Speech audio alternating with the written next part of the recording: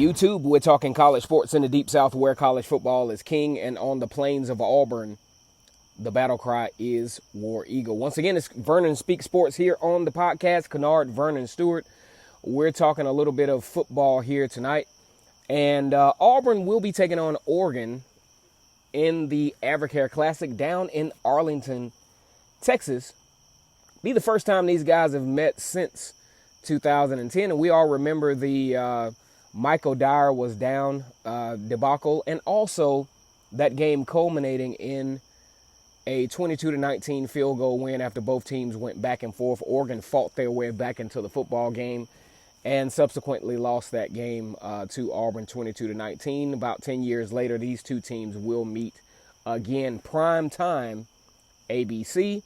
Also, game day, college football game day, will be making a trip down to Arlington, Texas, as that will be the feature game of the day, and rightfully so. Got a lot of moving parts on both sides from Auburn and Oregon. I hope the guys up in Eugene, Oregon, don't think that we're taking our eyes off of them. That is the first game of the season. And Pac-12 had their media days today, and Mario Cristobal took the stage today, and he talked a little bit about Oregon football and where the program is headed. Very impressed with his interview and his outlook as to what it takes to get a program to the next level. He talked a little bit about the fact that, walking into the situation, didn't have the scholarship players that you would like to have. He had about 72, felt that he needed about 10 more. And he discussed the fact that having this, of course, all the players can't play at the same time, but also you need quality on the field so you can have, you can have quality practices. That's something that's very key as well, that a lot of folks don't really look at, is if you can't have a quality practice against quality talent, then you can't move your program, to the next level. One of there's several takeaways we got from this. I mean, of course, we know that Mario Cristobal, former offensive line coach from Alabama, has the coveted national championship ring as an offensive line coach.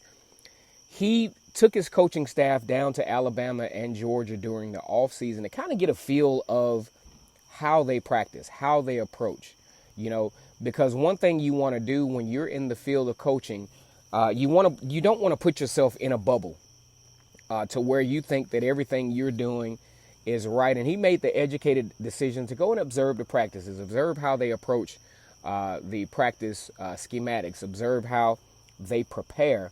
And Alabama and Georgia, definitely a blueprint, and also two programs that he's very familiar with, as he coached with Kirby Smart down in Alabama, and also obviously coached with Nick Saban down at Alabama. So that was a very invaluable experience for him and his coaching staff, so they could get some ideas on how to take their program to the next level. He also talked about a lot of recruiting. I mean, he wasn't necessarily arrogant about it, but very confident in the fact that Oregon does have a very, very, a valuable brand in college football. The variation of the uniforms, the variation of the culture that they've created over the years. You talk about a national championship appearance in 2010, and also another appearance in the college football playoff in 2014. So Oregon has a tradition of having a very, very valuable program in college football. They've made some tremendous upgrades facility-wise, which he talked about as a catalyst to drive recruiting. Also he got on there. We talked about it too, as how Oregon has been able to get some guys from, outside of the West Coast. And, we talk about Trick Wheezy Bridges from Lynette, Alabama, got some guys from Georgia, got several guys from Florida. And the thing he talked about is the fact that traveling is just a lot easier. It's a lot easier now. The players are not deterred from going to these schools that are far away, because their families can get on the plane and come out to a ball game. Especially when you talk about a school like Oregon, who is nationally known You know, I think about even Trick Wheezy Bridges from Lynette, Alabama. You know, that's something that the family can look forward to. Hey, we headed out to Oregon this weekend to see our son play. That's something to be very proud of, especially when you can be that guy that goes from, rural Georgia, rural Alabama, Florida, and take your show on the national stage out to a school like Oregon. So I think, Mario Cristobal, especially with his ties to the Deep South, has done a great job of recruiting, but he mainly focused on the fact that he's done things have gone really well recruiting in California, Southern California. Matter of fact, they grabbed Kayvon Thibodeau.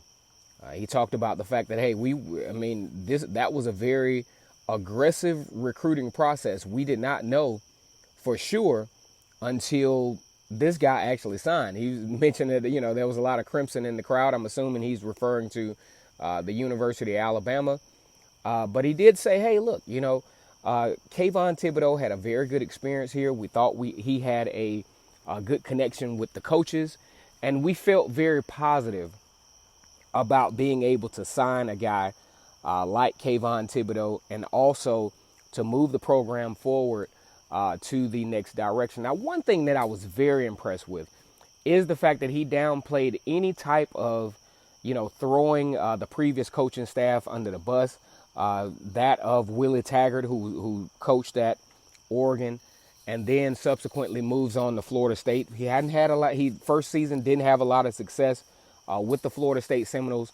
But at the same time, Mario Cristobal mainly focused on what can work at Oregon and what has worked in the past, instead of focusing on, what didn't work for the past couple of years, getting this program to the level that it has been in the past, and taking the focus really away from the throw under the bus type deal. Because, a lot of times, we walk into new situations and we want to know what the previous coaching staff did or didn't do, things of that nature. But what if we can research what this program is about? What if we can research what this culture is about and move that program to get back to what made this program what it is? Because every program in college football has a inherent culture and has an inherent way of how they want to do things. And sometimes those things are distorted by, say, a coaching staff that, for one, Willie Taggart wasn't really there long enough to really show what he could have done for the Oregon Ducks. So there is expectation, though. He talked about the fact that Troy Dye and Justin Herbert and some of those other guys came to Oregon with the expectation of what they saw from previous years, 2014, 2010. I mean, the list goes on. Oregon has had a solid program pretty much for the last decade or maybe even longer. So those are the things that Mario Cristobal wanted to get this program back to, the basis of what this Oregon culture is all about. And I was really impressed with that. Now, you talk about the 2018 season for the Oregon Ducks. They had some growing pains. He talked about the fact that they only had 72 scholarship players. So he walked into not necessarily, it wasn't a totally unfavorable situation, but it definitely is not what he wants to translate this program to moving forward. You look at the schedule from last year. I've been looking at Oregon video footage here for the last couple of days, and the game that really sticks out to me, which really would have been a game changer for the Oregon Ducks, is the game against Stanford. Totally dominating a top 10 team for the most part of the game. Stanford storms back to win that game in overtime, and that is a very deflating thing. It actually takes me back to 2018 when LSU comes to town, Auburn pretty much dominating the latter portion of that game, only to surrender that game to a field goal win. That is a deflating game. And I think Auburn and Oregon's season kind of went in similar ways, because after that game, Oregon did beat Washington, which was a huge game, but it was a home game. Oregon really struggled on the road in the Pac-12 on last year, and that's something that Mario Cristobal wants to get his team prepared for, and get them in a position to where they can overcome those obstacles. Because you think about the stretch in October for Mario Cristobal in his first year at Oregon was really, really tough. You talk about from October 20th to November 10th had to be a very frustrating part of his tenure. Losing at Washington State 34-20, losing at Arizona 44-15, but you win the home game against UCLA. But then when you go back on the road, you lose again to Utah, who eventually represented in the Pac-12 championship game facing Washington. Washington subsequently wins the Pac-12. The same team, ironically, that Auburn played in the Kickoff Classic in Atlanta wins the Pac-12. But those are things that Mario Cristobal talked about that he wants to improve on going into the 2019 season. And it's going to be a very, very difficult task for Cristobal and his staff because, the scope is on them this year. They're somewhat favorites in a lot of media outlets to win the Pac-12 this year. And there are a lot of things that definitely have to happen. Some good news for Oregon is the fact that he mentioned that Troy Dye and Justin Herbert did return. Not only does their return mean so much, but it also helps to teach the new guys the culture of the program. Teach them how things are to be done the Oregon Ducks way in the Mario Cristobal coached team. He talked very, very importantly about the transition from high school to college. Little things like conditioning, nutrition, how those guys go from eating potato chips and honey buns to actually having block slabs of salmon, having to eat 5 and 6 times a day is very important. And those are things, guys, that we really don't think about. We don't think about the fact that, not only is it a transition from, just high school to college, but it's a transition in mentality. It's a transition in approach. Because I even think about Marlon Davidson, the defensive lineman for Auburn, who has made a transition even within his senior year and decided, hey, man, I got to eat different.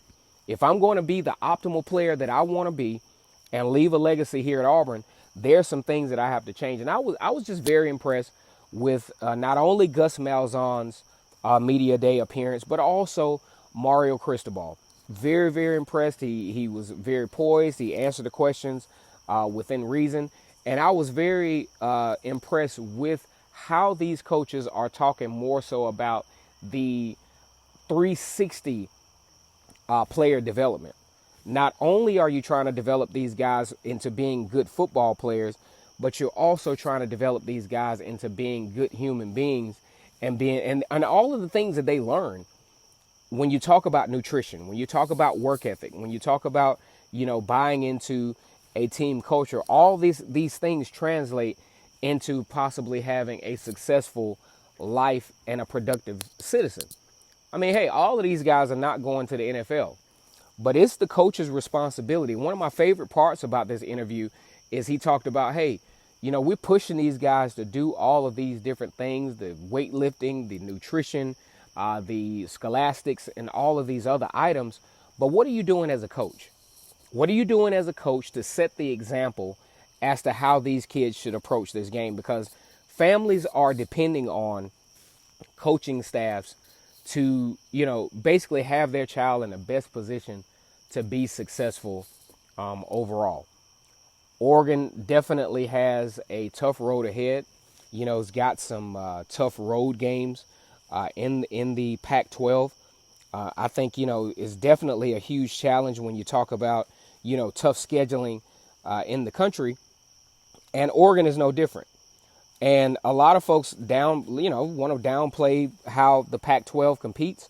But from what I've saw on video footage, the Pac-12 is really not as bad as we would like to think. Now, for the Oregon Ducks, a very challenging schedule. Of course, you got the game against Auburn, neutral site, non-conference game against Auburn in Arlington, Texas. That game, to me, of course, both teams want to win that football game, Both teams, in the grand scheme of things, statistically, nothing to lose, nothing to gain. It's more so psychological. When you lose a game like that, it kind of messes with your psyche. You got to rally your troops back together to get ready for the run in your particular conference. But then you look at Oregon's schedule: on the road against Stanford, on the road against Washington, on the road against USC, on the road against Arizona State. These are all very, very tough games.